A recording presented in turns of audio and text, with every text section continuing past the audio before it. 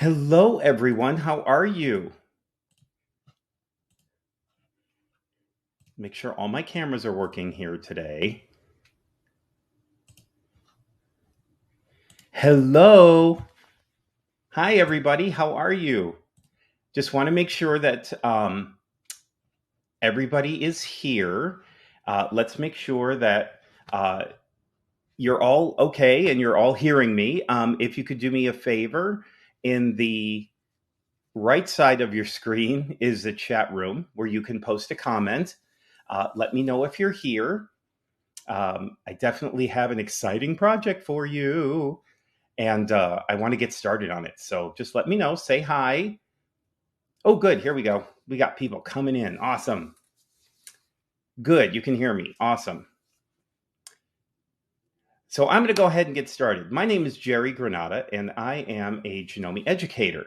And I am so pleased to be here with you. Now, you will notice I have to apologize. Things are a little wonky in the background. I moved into a different home, and my sewing room isn't quite where I need it to be yet. But in all fairness, our sewing rooms everywhere we need them to be, right? They're always evolving, they're always changing. So I apologize for that, but we're here and we're going to get this project going. The first thing I want to do is wish each and every one of you the most happy holidays this time of year. I hope it's been a good one so far, and I hope that it continues through to the new year.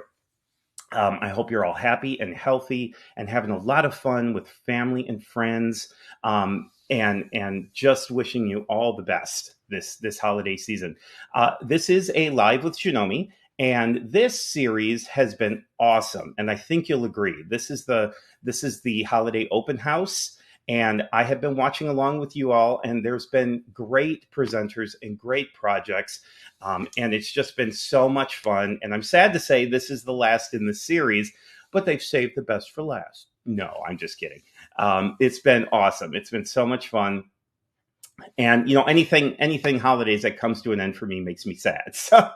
So just wanted to wish you all a very happy holiday. If you have any questions as we go along, I will try to catch them. I'm going to be busy at the machine creating for you, but if I miss any questions, we have two awesome people here from Janome, Danielle and Tracy. If you could say hi to them, that would be great. They would appreciate all the love you can give them.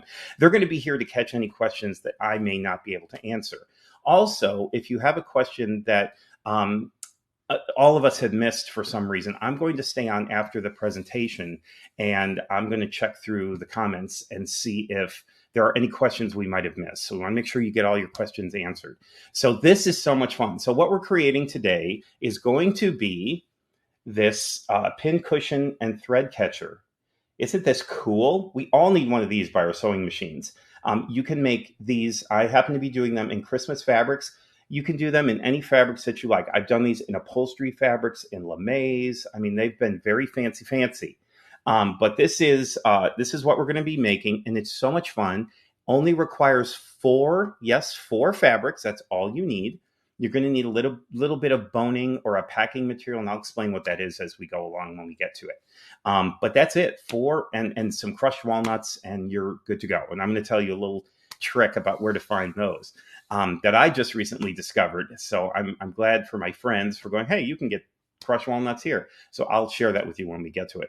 But let's get started. So the first thing we're going to do is I am going to let you know exactly what you're going to need. Now, if for some reason I've gone too fast and you're either writing this down, this is being recorded, so you will be able to rewatch this at some point. So just kind of maybe follow along with me on this, and then maybe go back, and if you wanted to create it later, you could do so. But this project is fast. It's really, as a matter of fact, it's going to take me longer to talk about it than it is to do it as I go along. But this is one of those last minute things. We all have them, those last minute gifts we got to put together. People we didn't expect were coming, maybe people coming in that we weren't expecting, and you want to give them a gift and they're a sewer. This is a wonderful project for that. Very simple, very quick. So let's get started. Let's head over to the machines. And this is going to be my machine, but I'm going to show you my setup first at the screen. So here's my screen. Now I'm working today on the Janome Continental M17. It's our top of the line machine. Absolutely love it. If you don't have a Janome, that's perfectly fine. We love to welcome you into the Janome family. But if you don't, that's fine. As long as you're creating, this project can be done on any machine that you like. But for now, I'm going to show very Janome specific things. So those of you who have the M17 or have kind of been thinking about it, this is a great time. Dealers have great deals right now, especially for the holidays. So don't walk, run to your dealer and ask them about this machine. So what we're going to do first is we're going to do some free motion quilting. Now I know that strikes fear into the hearts of people, but I'm going to try. I'm going to try and dissuade some of your fears if possible. It's not complicated. It's not hard. Most of the time, it's just people overthinking it. So I'm going to show you a very easy way to do some free motion quilting. And on this machine, we have the ASR, the AcuStitch Regulator. Yes, there is a stitch regulator built into this machine, and I'm going to use it first up. And there's a couple things I need to push on my screen here in order to make this work. So I do have, and I'll do a closer view once we get over to the machine itself, but right over here, I do have my stitch regulator hooked onto my machine. Very simple, goes on just like any other foot. You'll see a little wire in the back there. That's to plug into my machine to make all the lights work on this, and also to make the sensor work. There's a sensor right under here. Under there. And that's going to be reading the fabric as it goes by. And you're going to see just how accurate and wonderful this really works. So we do need to turn it on though. So let's go see where that is. So the first thing I'm going to do is touch my little home screen, go back to my menus, and I'm going to go to sewing application mode. And then you'll see I have some categories here. I'm going to touch the quilting category. And here's all of my, for those of you who haven't seen this machine, this is pretty marvelous. You can scroll through all of these different options for you. But in my case, I'm just going to go to free motion. And when I'm using the stitch regulator, the bottom three are my choices. So I'm going to touch just a regular straight stitch on number 3. And if you might have noticed right down here at the very bottom, the little ASR light came on. So I'm going to touch that. And that's all that's required. And if you notice on this Janome, it tells me which feet to use. So that's awesome. So I'm all set to go over to my machine and do my free motion quilting. So let's head on over there. Here we are at the machine. Sorry for my Godzilla hands attacking the city here, but you work with what you got. So the first thing I'm going to do is, so the 4 fabrics that you're going to need a 4.5 by 8 for the hinge. You're going to need 2 9 by 16s for the lining and the outer bag, and a 7 by 8 inch piece of fabric for the pincushion itself. That's it. That's all that's required for this project. This is great for scraps. If you have a lot of scraps, you're looking for a good scrap busting project, this is for you. Okay, so let's get moving here. So the first thing that I'm going to work with is my outer bag portion. And this is one of the 9 by 16 inch pieces of fabric. And I'm going to lay this here. And you can see I've already done some free motion, but I need to finish up here. So I'm going to show you how that's done. Look at the beautiful stitches. Now, this is a soft meander. If you are new at free motion quilting or it intimidates you, please start off very simple. Okay, very, very simple. Don't try anything complicated. If you are advanced, of course, you can do whatever designs you like. But in this case, you're just really all you're doing is adhering the batting to the fabric. That's all it is. So we're not doing anything fancy, but feel free to do whatever fancies you want. So now that I'm here, all that needs to be done is I can either use my stop start button or my pedal. In this case, I'm going to use my pedal, and I'm going to just do my pedal, and it's going to give me a needle down and a needle up. Now, why is that important? Because I need to get under here, and I need to grab the tail of bobbin thread so I don't get any thread nesting. Now, I'm going to pull this out, and I'm going to show you a little trick. Most of the time when we are doing a bobbin, we're going to come around just like we do, and we're going to cut it, right? Don't cut it. Let me get my top thread out of the way here. Don't cut it. Just leave it right off to the side. Sorry, I'm in California where it's really dry, so there's a lot of static here. Okay, so I'm leaving my thread tail off to the side, and I'm leave a few inches, and there's a reason why. So I'm going to go back and I'm going to do the same thing again. I'm going to needle down and needle up. Now I'm going to pull my project forward and I'm going to tug at my top thread here. Now I'm using a contrasting thread, so hopefully you could see it, but you can match your threads. And you notice how that bobbin thread pulled up, and now I have a tail long enough to hold on to. So that's just a little trick. So I'm using contrasting threads so you can see it. And I'm going to use, right up here is a little flywheel that I can lower my needle with. And I can get it down to exactly where the bobbin thread came up. And I'm going to drop my needle right in there, lower my presser foot, and I am ready to go. So I'm going to start, and if you notice, it is moving as slow or as fast as I'm maneuvering the fabric. Now I can go fast.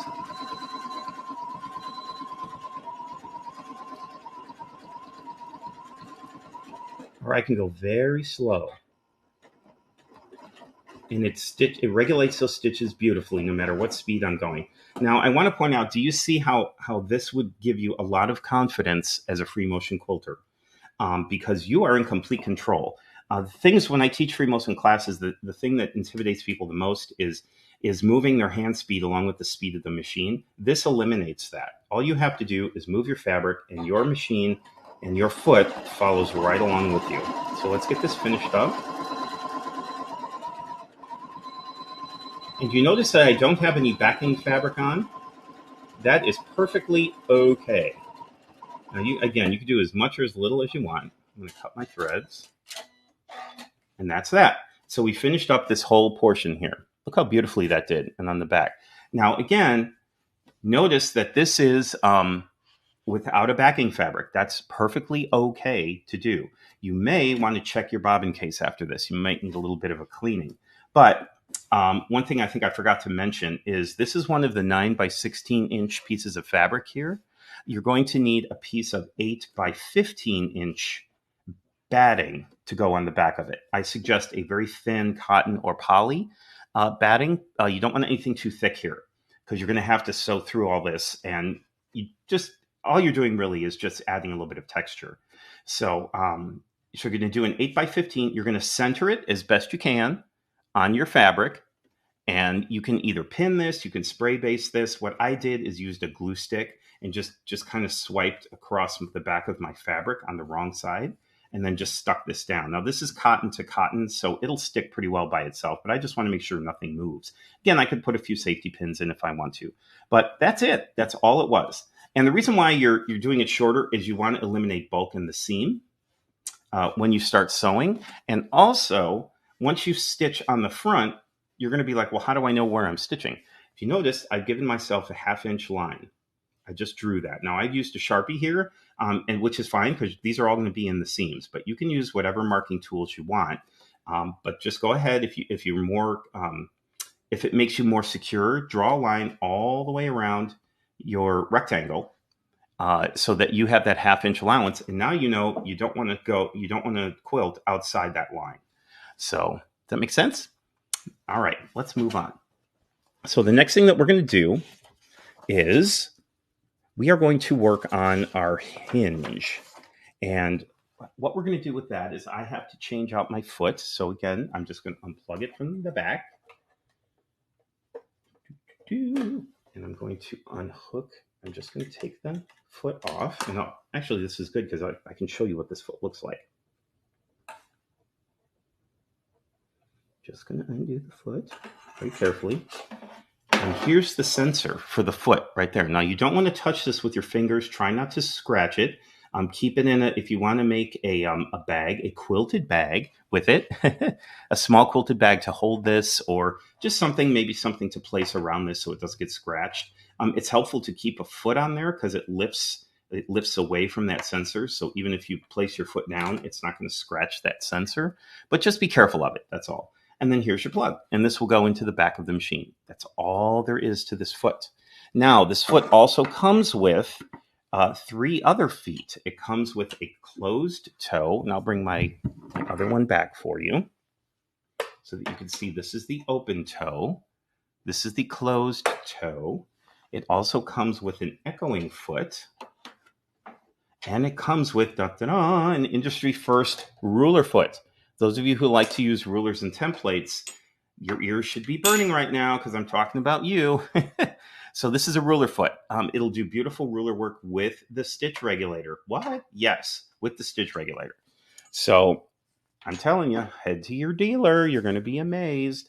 So what I'm doing is I'm just going to put on the ankle with the foot that I'm going to be using. Now this is going to be the 1/4 inch foot, the O foot. Now I'm using a guide, but you could use it without the guide. It's perfectly acceptable, whatever you want to do. I'm going to go make some changes at my screen. So I want to show you what I'm doing there.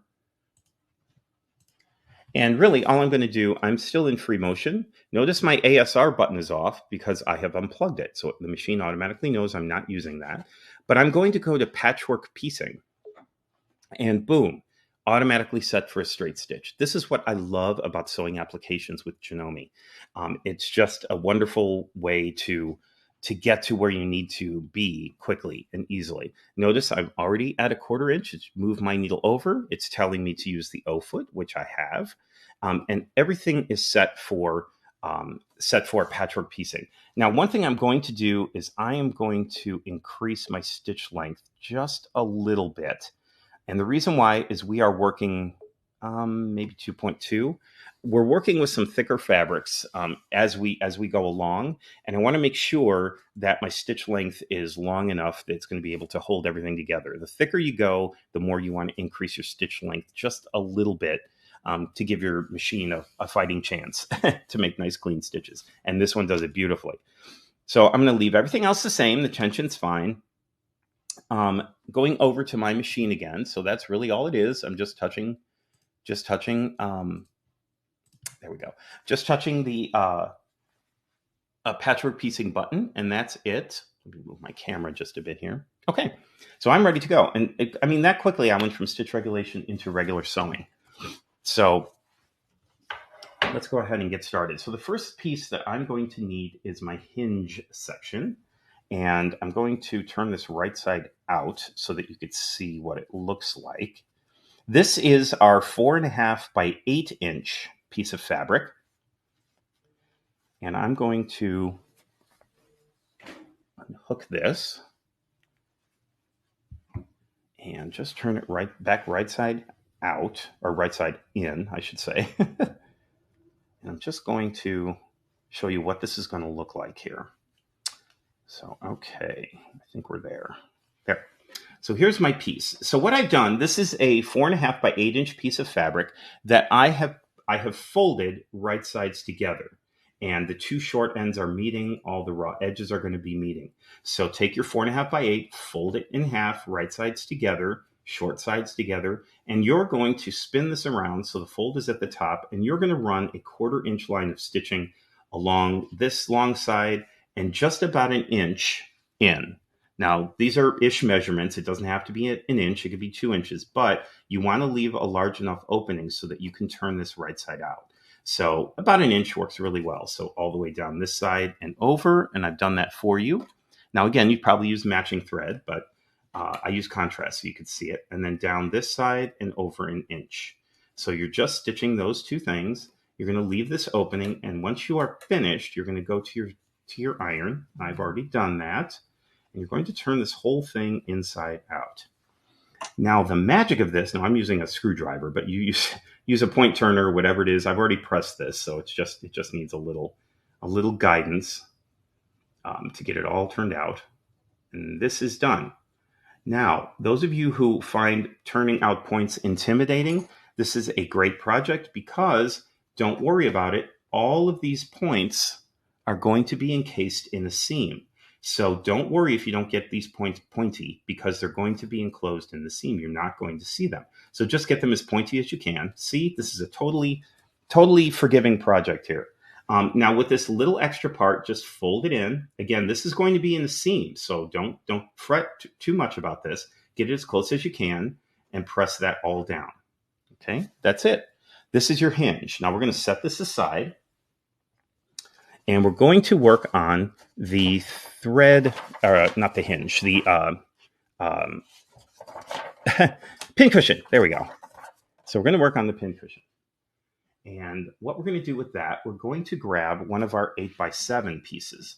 And alongside, now you're going to make sure you get this right because you want to measure and make sure that it's the 8x7. It almost looks like a square, but it's not.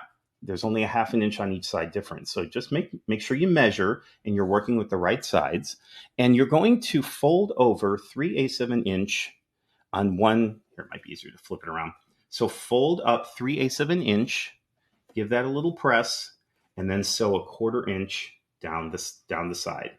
Don't worry about this raw edge. That's going to be encased in the seam. See, this is very forgiving. So you don't even have to worry about that. Just sew a 1/4 of an inch down the side there, and that's it. Now, I will say this. If you're using directional fabric like I am, make sure that your direction is going the way you want it to. And make sure that everything is nice and straight so that your trees don't go at an angle. So just be real careful when you're using directional fabric. Now, the hinge, if you notice, was just polka dots.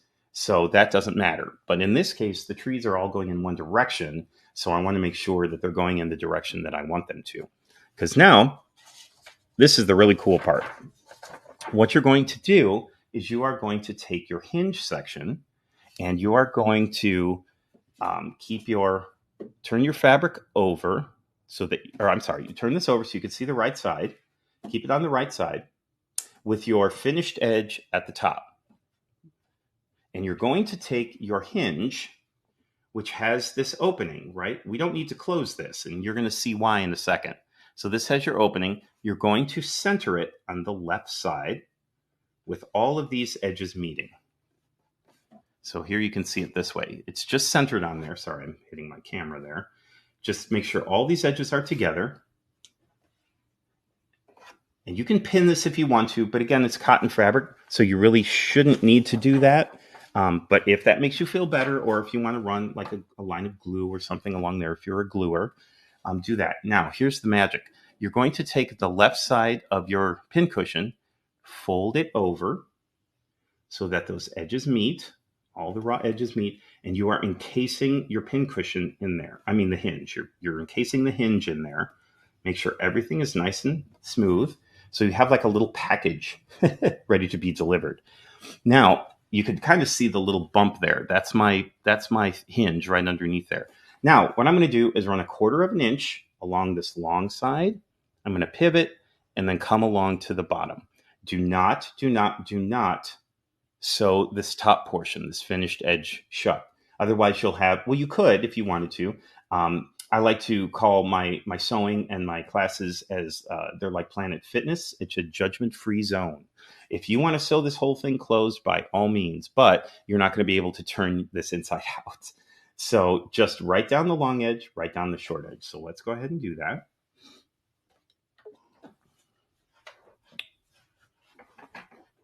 I'm going to do a little bit of a back. By the way, here's a helpful tip. Needles work a lot better when they're threaded. So, I'm a giver, so I freely give to you. There we go. Now, those of you who are talking about our needle threaders, make sure you lock your machines before you start sewing or before you thread your needle. Just a free tip there. Now I'm going to do a little back stitch just to support that a little bit. And it's going right over the hinge. And you can see what I was talking about with the points. Don't fret over the points if they're not as pointy as you might like, because you're encasing all of that. Lift my presser foot. I'm going to turn my pivot function on. And now I'm going to sew right down that short edge. And just do a little bit of a back stitch. And done. And I'm going to cut. So again, don't sew the finished edge. Excuse me. Because now what you're going to do, you're going to grab inside, you're going to grab your hinge, and you're going to pull this whole thing right side out. And this is the magic of it all. And again, I have a little screwdriver here. Use your point turner, whatever it is that you need. And we're just going to very carefully turn this inside out.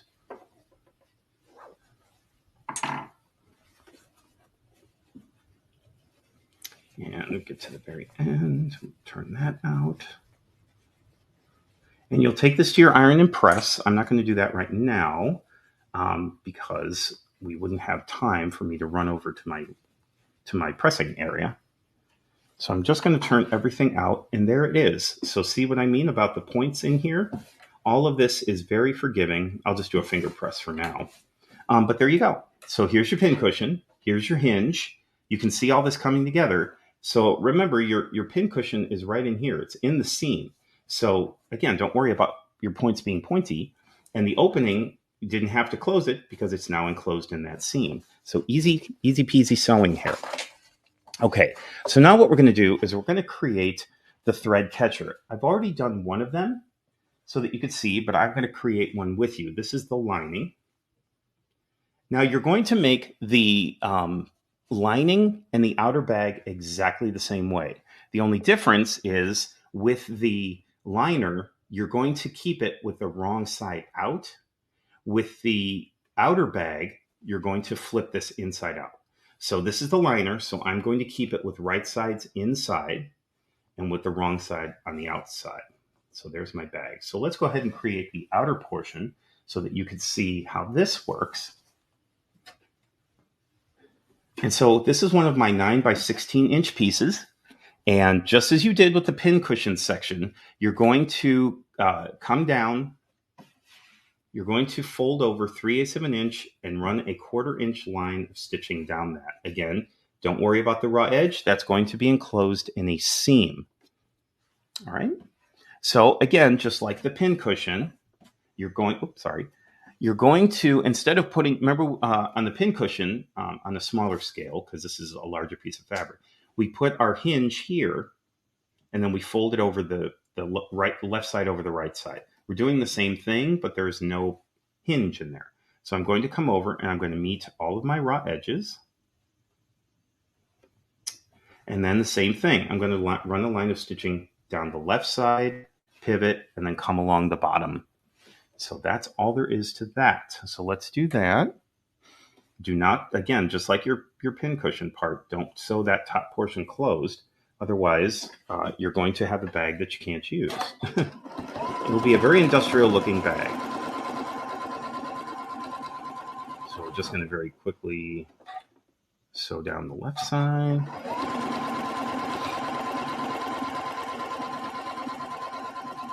then we're going to pivot and come down the short side.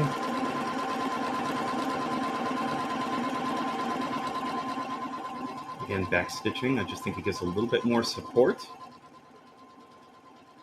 You can see how quiet this machine is. It's just lovely. So this is probably the only tricky part in this. And I'm going to do this a couple times so that you see how this is going to work. So you've got your bag that's completely done. You've got your finished edge right here. Now what you're going to do is take that finished edge and you're going to grab, now I grab like right in the middle of the two. See if I can get my hand out of the way there. Grab in the middle, and then you're going to pull so that that seam is now in the center. Now this is going to feel very odd because you have all of this back here, but don't worry, we're going to do something with that.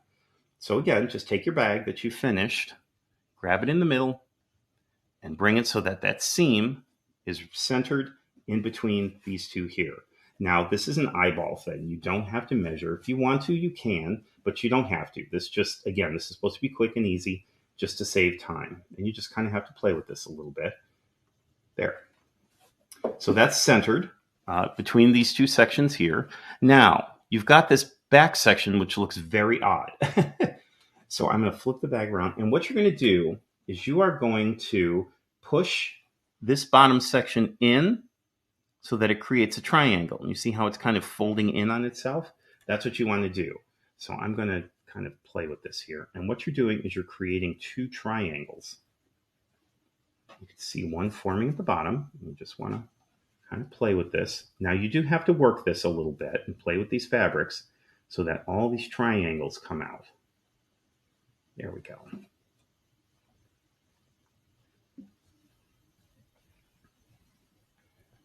Just want to play with this a little bit. And what I'm creating is two triangles here on the bottom and on the top. I need to play with this one just a little bit more. There we go. Don't worry if, again, being a forgiving project, don't worry if your points down here aren't as pointy as you would like them to be. You're going to trim them off. So it doesn't matter. You're going to cut them off right about here. So it doesn't matter. But what you do want to make sure of is that you have an equal distance from the top of your bag to this angle as you do over here. And I'm pretty close, but you just want to kind of wet your fingers a little bit and roll the fabric up so that when you create that angle, they're about the same length going this way. And I think I'm pretty close. I think this one needs to come up just a little bit more. So just roll that up and just give this a finger press. Again, don't fuss over this. This isn't high pressure project. And there you go. So now it looks like a tent or a house. So you just want to push that bottom section in like here, and then you've got two triangle sections here. So now what you're going to do is you are going to measure 6.5 inches from the finished edge. And I just happen to have a 6.5 inch, just happen to have a 6.5 inch ruler here. And so I'm going to place the edge of my ruler along the finished edge, just like that. It's right on that finished edge. And I'm already at 6.5 inches, so I'm just going to make a mark here. Now, again, this is a sewing line, and it's going to be cut off. You're going to be trim some of this off, so you can use a Sharpie here if you want to. This will not be seen at all. Now, remember, you've got two triangles. So I'm going to flip this over. I'm going to do the other side. Again, finished edge. And then this automatically gives me 6.5 inches. I'm going to mark that. Now, that's my sewing line.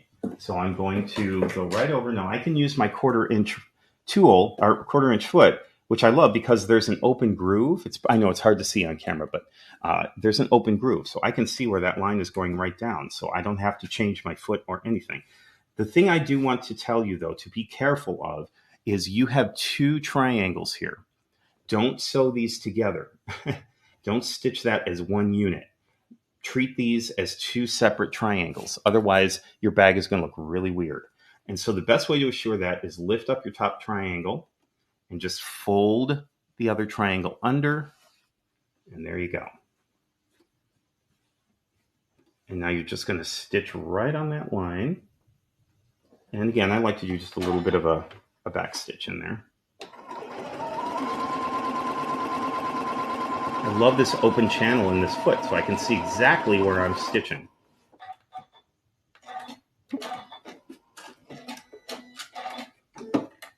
And then I'm going to sew down the other side.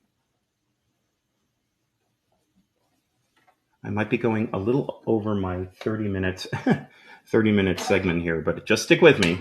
This is worth it. Back stitch, and we're going to cut that.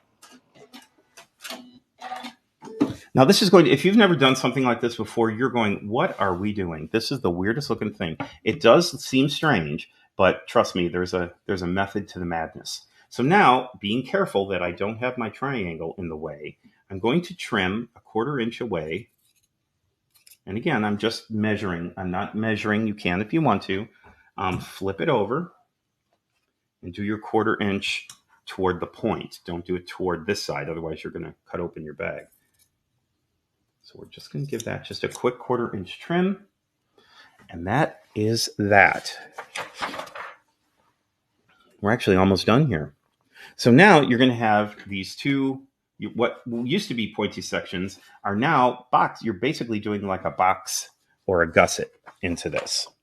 Now, remember, this is the outer bag. So this one, you do want to reach in and turn this one inside out. And then you're just going to put your fingers in there and you're going to poke out those corners. Again, nothing hard here. You can use a point turner if you want. Don't have to. And that's that. And there's your bag. Now remember, you did the lining exactly the same. So that's exactly the same. You've just not turned that one right side out. All right. All right. So now what you're going to do is you are going to take your hinge section that you've created, and you are going to place it, you're going to make sure that your seam, now fold the top of this bag away so you can see it. Make sure that that seam that you created here is centered in between these two sections here. Okay, so just make sure it's centered. And now you are going to lay your hinge inside of this, centered right over. See, again, don't worry about your points because these are going to be enclosed. So you're just going to lay this right over, and you're going to come down about a ½ an inch from the finished section. So I'm going to get my little tool here. I'm going to measure ½ an inch there, and I'm going to measure ½ an inch there. Okay, I'm good. Now this one you may want to pin because it just keeps everything nice and tidy. Make sure nothing shifts. You don't want a wonky thread catcher here. I'll do one in the middle too. Okay. Now, you're going to follow the previous line of stitching on the bag. Now, you can flip this over. If you want to follow this line, you're perfectly able to do so. Just make sure that underneath, your bag part underneath here isn't going to catch. I like to do this kind of a little at a time. So let me go ahead and follow that previous line of stitching. Now, I'm starting right where that hinge is meeting. And I'm just going to do a quick little... Now, I'm doing this fast. You'll do this neater at home. I'll grab these pins as we go here because they're underneath now. Oh, they're okay. I'll be a rebel today. Just be very careful. I'm going to sew right over onto that.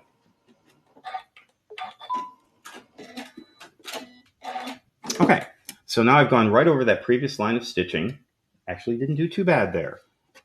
Pull these pins out. Yes, I sewed over the pins, I know. This may be a time where you use your glue stick. A glue stick would be good for that. Now you've just sewn the hinge to the outer bag section. All right, now you're going to slide the liner inside, making sure that the inner bag has not been turned right side out. Okay? When placed together, you should see the right side on the inside. So I'm just going to slide my liner in, and I want to meet the seams. So you've got a seam here, and you've got a seam on your bag. We're going to match those up. I'm just slide my liner in. Make sure that everything is nice and tidy. And this all meets at the top. We are almost done here, folks. So you can pin this if you want to. I suggest maybe at least 4 of them just to make sure everything is catching. So I'm going to match up my seams here. Just put a little pin in there. And maybe do one on the top. And I'm matching these finished edges here. This is if you do like bags and things, this should be very similar to you. You're doing something very similar to this. And then I'll put one on each side.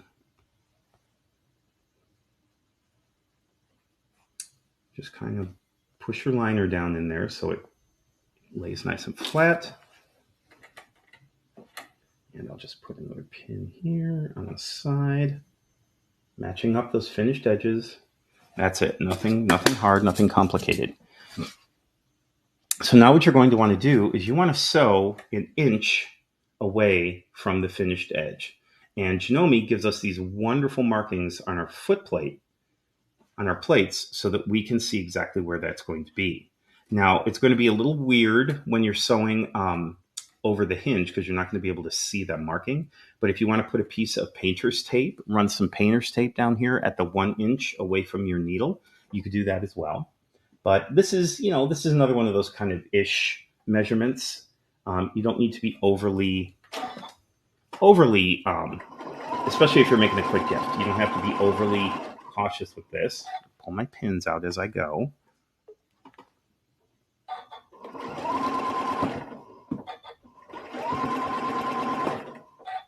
just making sure as I come around that my finished edges are getting all matched up.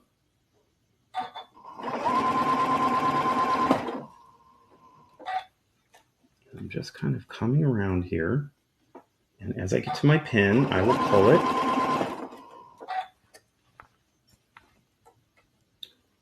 Trying to get it so that you can see this. But really, I'm sewing a 1-inch line all the way around. That's all this is.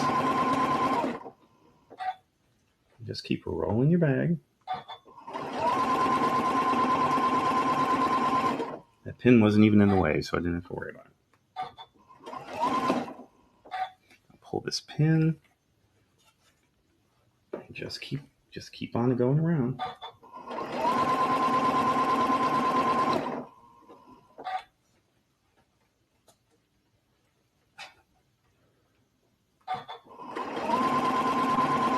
And just make sure these finished edges are touching. And when you come back around, you're going to be right at where you started. Do a little back stitch. Again, I'm doing this quickly just so we can get this done. And that's that. So now you are stitched all the way around. See, this is where you might want to use a matching thread. But what's nice is you see we now have the openings for the boning that we're going to do. So now what you want to do is you're going to follow the 1/4-inch stitch line at the top, but you're going to leave about 1 1/4 inch, 1.5 inches opening so that you could slide your boning or your plastic in. Now I'm going to talk about that in just a second, so don't fret not. So now I'm just going to follow this 1/4-inch line that I've already created. A little bit of a back stitch, and just be careful. Make sure you follow that line as best you can. If you're a little off, that's fine. If your thread matches your fabric, that helps. Hide some of the, if you don't get it right on the money.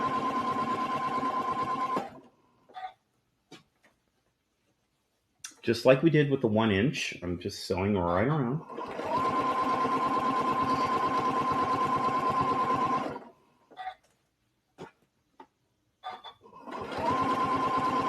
Again, I'm going over that previous line of 1/4 inch, and I'm going to do a little back stitch here. And I'm going to cut. So now I have an opening here where I can slide. I have a little pocket that I've made. So you could see that probably. I use my little finger in there. So we have a little pocket, or I can even grab the stylus. There we go. So I have created a little pocket here for what is going to hold the bag open. Now you could leave it just like this if you want to. These are two different types of things. This is a boning material. This is what comes from a package. So if you get a package that has any kind of that strapping around it, don't throw it away, save it. This is a perfect opportunity for that. You can go to your fabric store and get boning, or you can just, I mean, there's so many, even your neighbors, go to a business that has a lot of these in the back. They see a bunch of this in their garbage, or they'll just freely give it to you. So this came right off of, I got a new kitchen faucet, and this was the strapping that was right around it. So I just saved it. But in this case, I think I'm going to use my kitchen faucet strapping. Now, some of this does have a curve to it, so just follow the curve. Don't try to fight against it. And you're just going to slip this on the inside, and you're going to go all the way around. Now, some of this has a sharp edge, so you just want to be careful. And I'm just feeding this all the way around inside that little pocket. It's just like if you were doing elastic. And this is stiff, so this will just keep feeding as you go.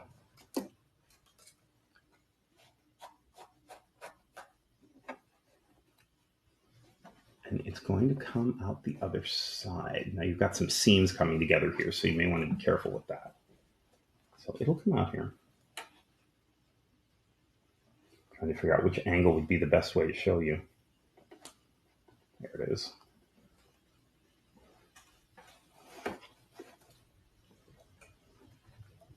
Yeah, here's.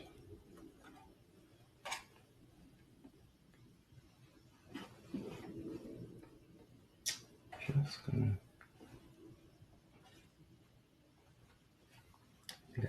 I hit it behind that seam. That's what happened there. Okay. So we're good.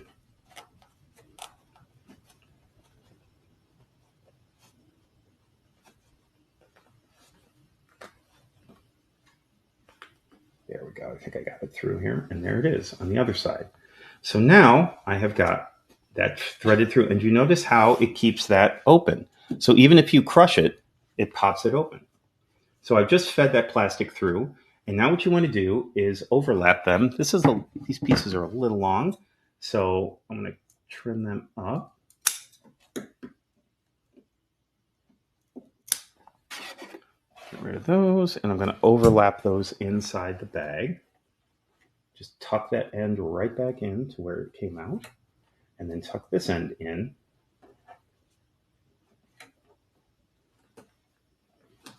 There you go. And now being very careful, you want to just close that. So you don't want to sew over the plastic. But you know what? These are Janomes. They'll plow right through it if you want. They'll go right over that. So I'm just making sure that I'm not going over the plastic. Close that. Do a little back stitch. And cut. Okay, and there you go. You're done with the thread catcher part. See how that just keeps that right open? Now, all you're going to do is go over to your, you still have an opening here on your pin cushion. So what you're going to do is just come over and you're going to stitch about, let's see, maybe about 3/4 of an inch.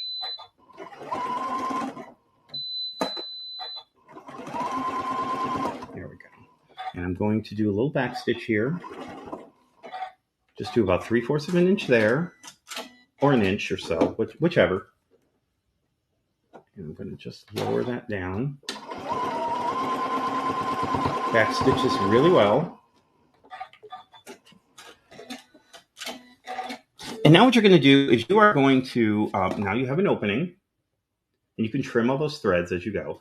You're going to have an opening. Take a piece of printer paper, and you're going to create a cone, just like this. And just something inexpensive. You can use a funnel if you wish. And you're going to put that end inside your thread catcher. Now, what I have here is crushed walnuts. There, a little bit better. See the crushed walnuts in there? Where did I get these? So a friend of mine said, what you need to do is go to the pet store, and in the lizards section, crushed walnuts are used as bedding for lizards. And I went, okay, you're teasing me, right? No. So I went to the pet store and they're like, oh yeah. They took me over and I got a big bag for like $15 so I can make a bunch of these. Excuse me. So you take your crushed walnuts and you're going to pour them right inside very carefully. Now I won't do the whole thing here. But you just shake it right in there. Here, I'll pull it off camera and do it. It's a little easier. There we go.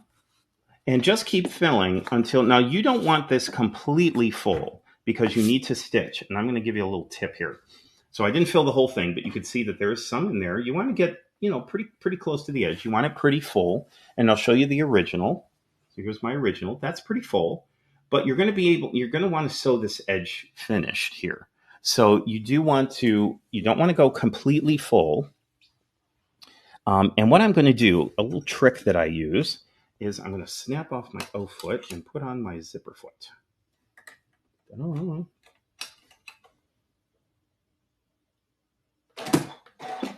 go. And I'm going to go over to my screen, and I'm going to show you what I'm doing here. Okay, back to my screen. So now I'm going to go to Sewing Applications, which is what I'm in. But now, instead of quilting, I'm going to come over here to the utility. And I'm going to scroll, and I'm going to look for the zipper. Pouch zipper. There we go. And what it's done is you can see that it's made my needle jump to the left, which is exactly what I want. And now we'll go back to my screen. Get this a little straighter for you. There we go. So my zipper is now, the needle has jumped all the way over to the left, which is where I want it. Now, once I have filled my bag, all I have to do is place my zipper, and it's going to hold this fabric down, and it's going to keep the foot away from any walnuts that might be in there. So I'm going to come down and do a back stitch. We're going to cut, trim away the threads, and you are done. That's it. That's all there is to it. Again, it took me longer to describe it than it did to actually create it. So that is it, folks. I'm so excited. What'd you think? Did you like that? I love this project. I think it's really great. I think it's really cute. It's really quick. So let me go back here and see if there's any questions that we didn't get to. All right. Let's see. Any other questions that we have? Looks like our wonderful Janome folks have answered most of them. Ginger, why did I quilt that piece? Just to give it a little more texture. It actually gives the outer bag a little more structure as well. So it keeps everything nice and firm on the outside. You don't have to. You could just use a regular piece of 9 by 16 inch fabric. You don't have to quilt it at all. I just thought it was a great way to add a little more structure to that bag. So did you like that? I think it's a really quick little great project. It really should take you no more than, I don't know, boy, when you make enough of these, I can get one done in about 15 or 20 minutes. And that includes the cutting. I mean, I do a lot of these, and it's really, really fast. All right, what else? All right, let's see. I think they've answered them all. So with that, again, I'm going to stay around just a little bit, and I'm going to answer any questions that may have not been caught by our wonderful Janome folks. My name is Jerry Granata. I absolutely wish you the most happiest of holidays. Whatever you're celebrating this season, I celebrate with you, and as do all of us at Janome. So again, I'm Jerry Granata, Janome educator, and I hope you have the happiest of holidays. I hope everything is filled with fun, family, and frolic. Shenanigans are to be had during the holidays, and you should shenanigate along with them. Yes, I made up a word, and I'm using it.